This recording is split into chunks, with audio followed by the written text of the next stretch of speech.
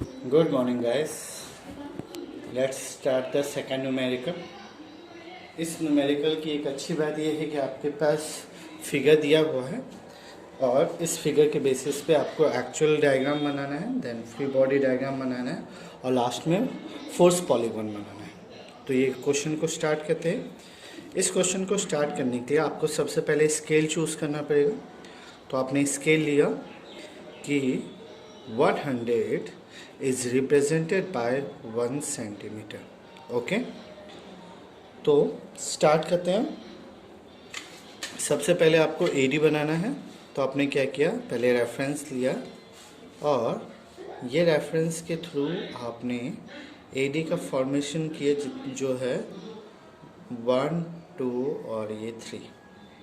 ठीक है। अब इसके बाद आपको 120 डिग्री का एंगल लेना है। तो 110 डिग्री का एंगल कितना होगा, तो 80 + 30। तो मैंने क्या किया, ये 30 डिग्री पे आर्क काट दिया। 180 ऑलरेडी हमारे पास है। अब ए बी की वैल्यू है 55, मतलब 5.5 सेंटीमीटर लेना है हमें। तो हमने ये लिया 1 2 3 4 5.5, ये है हमारा 5.5 सेंटीमीटर। तो अब नाम देते हैं। इससे मैंने डिनोट किया ए, इससे मैंने फिक्स किया। इस पॉइंट का नाम डी है, इस लिंक का नाम 1 है, ये लिंक है बी जिसको हमने 2 नाम दिया। ओके। अब 2 के बाद देखिए सेम लॉजिक आया कि आपके पास BC और AD के लिए कोई इन्फॉर्मेशन नहीं है। तो BC 7 है, तो हमें अब 7 लेना है। 1 2 3 4 5 6 7। मैंने ये 7 सेंटीमीटर का रेडियस मतलब लेंथ लिया और यूनिवर्स में कहीं पे भी आर्क काट दिया। अब CD जो है वो 6.5 है। तो 1 2 3 4 5 6.5। तो ये 6.5 मैंने मेज़र किया और यूनिवर्स में से आर्क काट दिया। तो अब जो मेरे पास पॉइंट मिला वो पॉइंट मुझे इंडिकेट करेगा कि मेरा जो पॉइंट है C पॉइंट है वो इस एरिया को डिनोट करेगा। ठीक है। तो सबसे पहले हमने एक्चुअल डायग्राम बना दिया। अब एक्चुअल डायग्राम बनाने के बाद आपका मेन काम क्या, तो आपने यहाँ पे लिखा C, ये लिंक हुआ 3 नंबर, ये लिंक हुआ 4 नंबर। अब आपको इसका बेसिक फोर्स डायग्राम बनाना है। तो जब आप बेसिक फोर्स डायग्राम बनाओगे तो बेसिक लॉजिक है कि ये आपका इस तरफ जाएगा, तो ये फोर्स हुआ 1 4। इसके अपोजिट में जो यहाँ पे आएगा इस फोर्स का नाम हुआ 3 2। इसके अपोजिट में जो जाएगा वो अंदर की ओर जाएगा, तो इसका नाम हुआ फोर्स 2 3। इसके अपोजिट में जो फोर्स रहेगा वो रहेगा 4 3। यहाँ पे जो फोर्स आएगा वो आएगा 3 4 और इसके अपोजिट में जो फोर्स जाएगा वो होगा 1 2 है और ये हो जाएगा 1 4। क्लियर है। चलिए, जब ये क्लियर हो गया तो फिर से अगेन हमें यहाँ पे एक फोर्स लग रहा है जिसे अभी हमने डिनोट नहीं किया है। ये देखिए DE लिखा हुआ है 5 mm का, 5 सेंटीमीटर का। तो हमें DE को भी डिनोट करना है। तो 1 2 3 4 और ये 5। मैंने 5 सेंटीमीटर रेडियस लिया और सेंटर पे रख के यहाँ पे काटा। अब एक्चुअली ये केवल एक पॉइंट को डिनोट कर रहा है, तो हमारा जो दूसरा पॉइंट होगा वो यहाँ पे रखेंगे और ये दोनों पॉइंट्स को मिलाते हुए एक बिल्कुल स्ट्रेट लाइन खींचेंगे यहाँ पे, जो इंडिकेट करेगा हमारे फोर्स F को। ठीक है। और F कितना दे के रखा हुआ है, तो क्वेश्चन में F जो है वो 100 न्यूटन दे के रखा है। एक्चुअली यहाँ पे लिखना चाहिए था F = 100 न्यूटन। ठीक है। चलिए अब स्टार्ट करते हैं। स्टार्ट करने के लिए सबसे पहले हमें इस वाले पॉइंट को लेना है। तो हमने इस पॉइंट को लिया और मुझे ये याद है कि ये 6.5 है।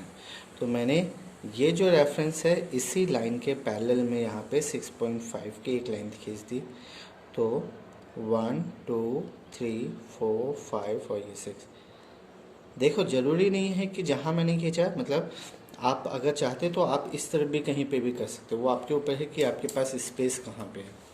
उसके बाद आपने ये 5 सेंटीमीटर की लाइन है यहाँ से लिया और यहाँ पे आर्क काट दी, और आर्क काटने के बाद बिल्कुल स्ट्रेट, मतलब ये जो आपका था इसी के परपेंडिकुलर लेना है, तो मुझे ये पता है 90 डिग्री है, तो मैं क्या करूँगा, तो मैं 90 डिग्री मिला लूँगा। अब 90 कैसे मिलेगा, तो ये लाइन और ये लाइन एक दूसरे के बिल्कुल परपेंडिकुलर होगी, मतलब वो 90 डिग्री होगी।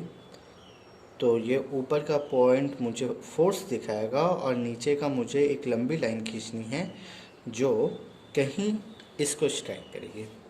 तो स्ट्राइक करने के लिए मुझे क्या करना पड़ेगा, तो ये देखिए मैंने BC का रेफरेंस लिया, ओके, ये BC का रेफरेंस लिया और ये रेफरेंस के इक्विवेलेंट यहाँ पे एक लाइन खींचूंगा। तो ये जो मेरी लाइन आएगी ये बिल्कुल जहाँ पे मेरी स्ट्राइक करेगी वो पॉइंट को मुझे कंसिडर करना है, और ये पॉइंट से जब मैं ये दोनों को मैच कर दूंगा तो हमारी वो वैल्यू मिल जाएगी जहाँ पे हमें फोर्स 1/4 मिलना चाहिए था। ठीक है, तो ये देखिए ये जो पॉइंट था वो पॉइंट C था, ये जो फोर्स था वो F था।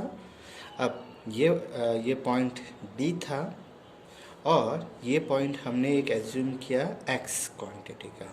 ठीक, तो यहाँ पे जो फोर्स दिखा रहा है वो क्या दिखा रहा है, तो यहाँ पे ये दिखा रहा है इस तरफ की ओर गया है जो फोर्स 3/4 दिखा रहा, यहाँ जो गया है 4/3 है, और ये वाला जो फोर्स देखो ऊपर की ओर लग रहा है, तो एक्चुअली ये यूनिफॉर्म डायरेक्शन होना चाहिए, तो ये यहाँ पे आके लगेगा, इसलिए ये होगा फोर्स 1/4।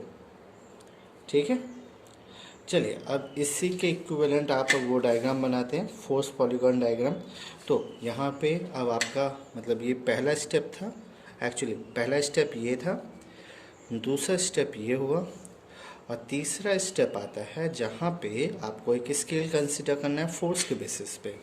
तो स्केल कंसिडर कर क्या क्या किया, तो हमने बोला कि 20 Newton is represented by 1 centimetre, तो 100 न्यूटन कितना होगा 5 सेंटीमीटर का।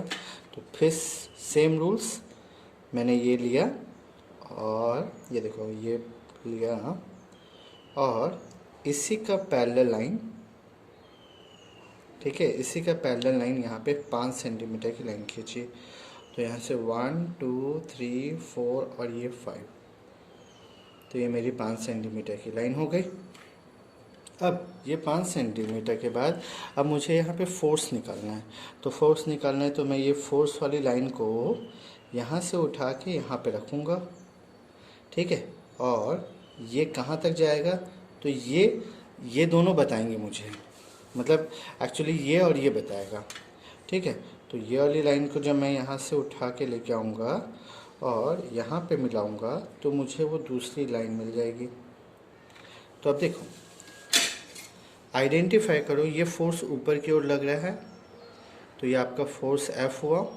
इसी के नीचे अब आपने कौन सा कंसिडर किया था, तो फोर्स F43 कंसिडर किया था, और नीचे की ओर जो लग रहा है वो कौन सा लग रहा है, तो ये फोर्स 1/4 लग रहा है।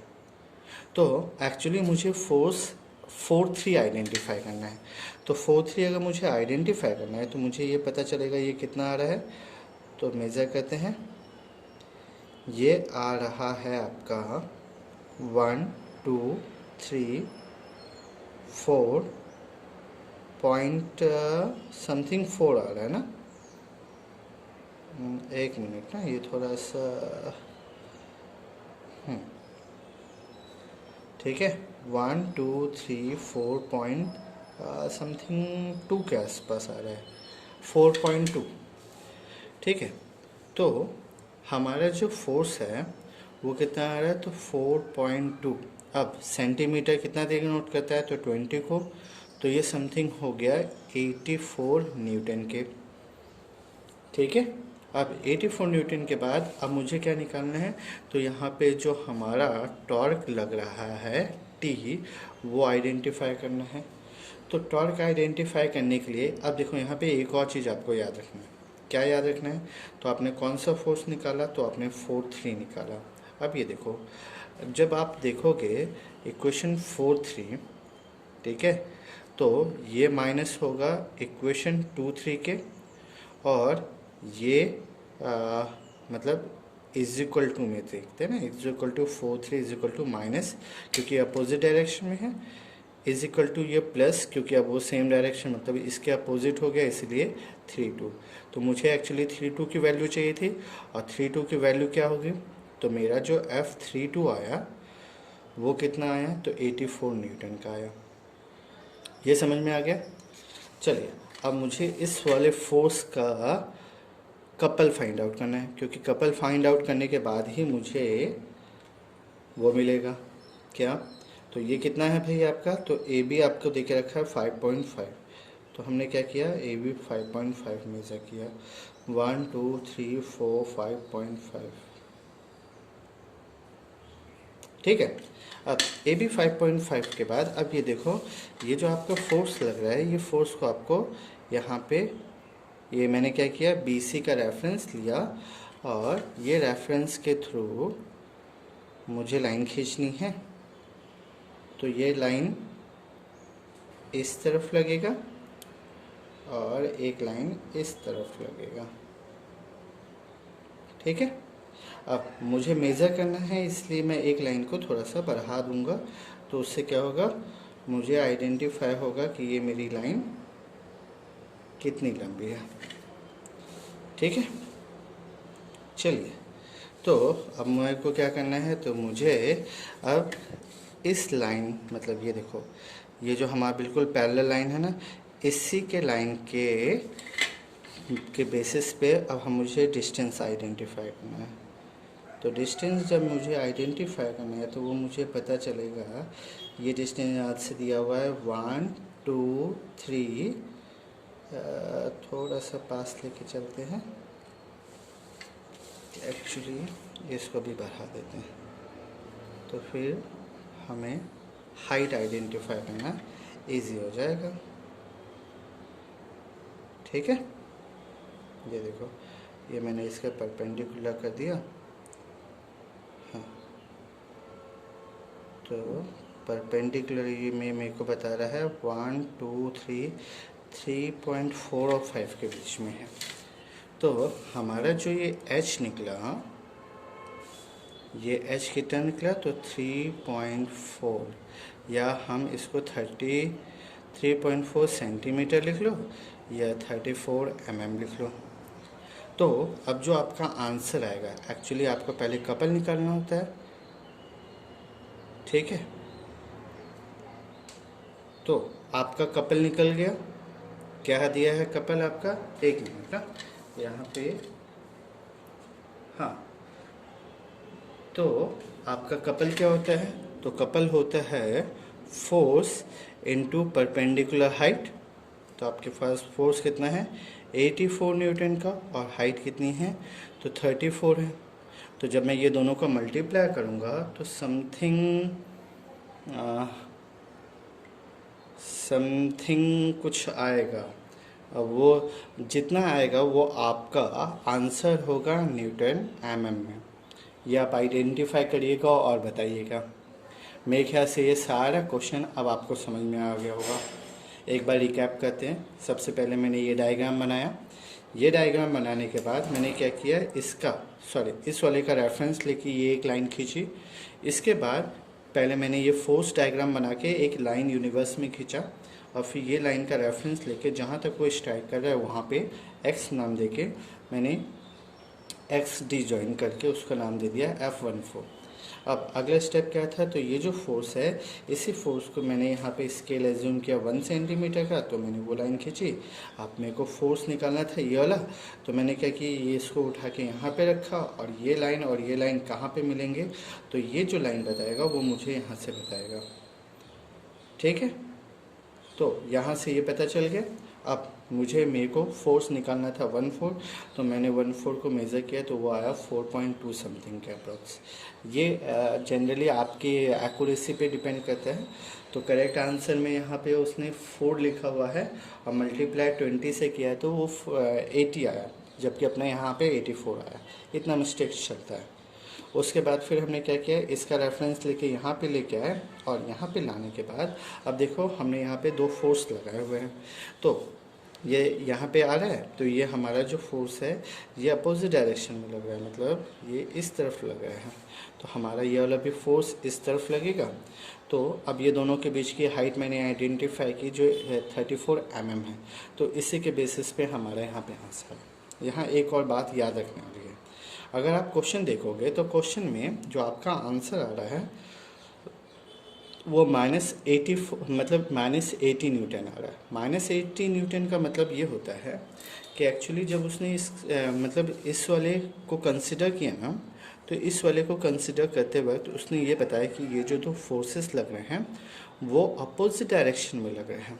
मतलब ये आपका बी और सी है, और ये जो फोर्स दिया हुआ है ये फोर्स 3/4 है, और ये जो फोर्स है ये F32 है। तो ये अपोजिट डायरेक्शन में लगे। जब अपोजिट डायरेक्शन में लगे मतलब आपका अगर आंसर निगेटिव आता है तो आपका जो ये एजम्पशन है वो गलत है, हमारा जो एजम्पशन था वो सही था। ठीक है, तो इस न्यूमेरिकल को करिएगा और मंडे तक सबमिट करिए। Thank you.